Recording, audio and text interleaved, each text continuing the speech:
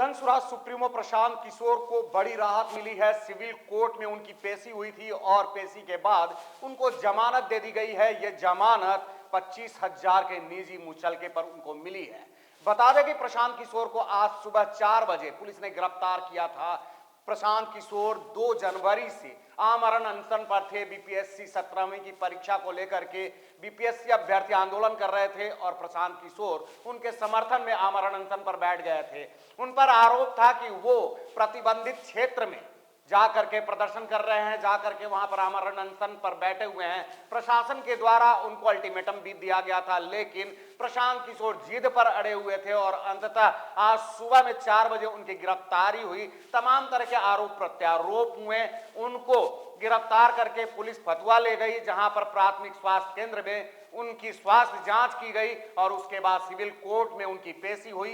पेशी के बाद उनको जमानत दे दी गई 25,000 के निजी मुचलके पर। यह बड़ी राहत है प्रशांत किशोर के लिए। इससे पहले आप सुनिए, जब गिरफ्तारी हुई तो पटना डीएम का क्या बयान आया हुआ था। वो 43 लोगों ने डिटेन किया है, 15 गाड़ियाँ सीज हुई हैं और सबका वेरिफिकेशन हो रहा है। और अभी तक 43 में से लगभग 30 लोगों का वेरिफिकेशन हुआ है, जिसमें से 5 लोग मात्र पटना से हैं, सभी कार्यकर्ता पार्टी विशेष के, और बाकी विभिन्न जिलों से हैं। और 4 लोग अभी तक मिले हैं जो कि राज्य के बाहर से भी हैं, 3 उत्तर प्रदेश से और 1 दिल्ली से भी हैं।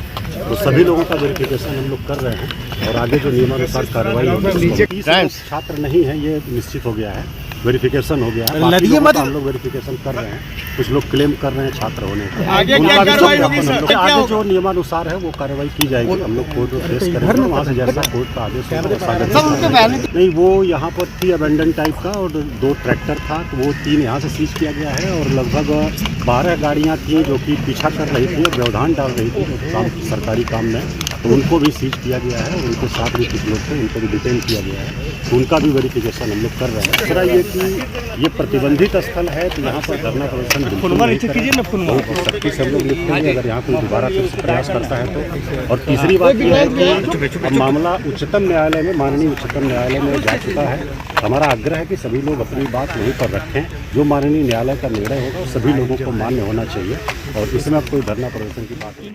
जी हाँ, प्रतिबंधित क्षेत्र में जाकर के वो आमरण अनशन पर बैठ गए थे और बैठने के बाद तमाम तरह का विवाद शुरू हुआ था। उनकी वैनिटी वैन को लेकर के विवाद शुरू हुआ था कि करोड़ों रुपए के वैनिटी वैन के साथ प्रशांत किशोर आमरण अनशन पर बैठे हुए हैं और बार बार अपने वैनिटी वैन में क्या करने के लिए जाते हैं।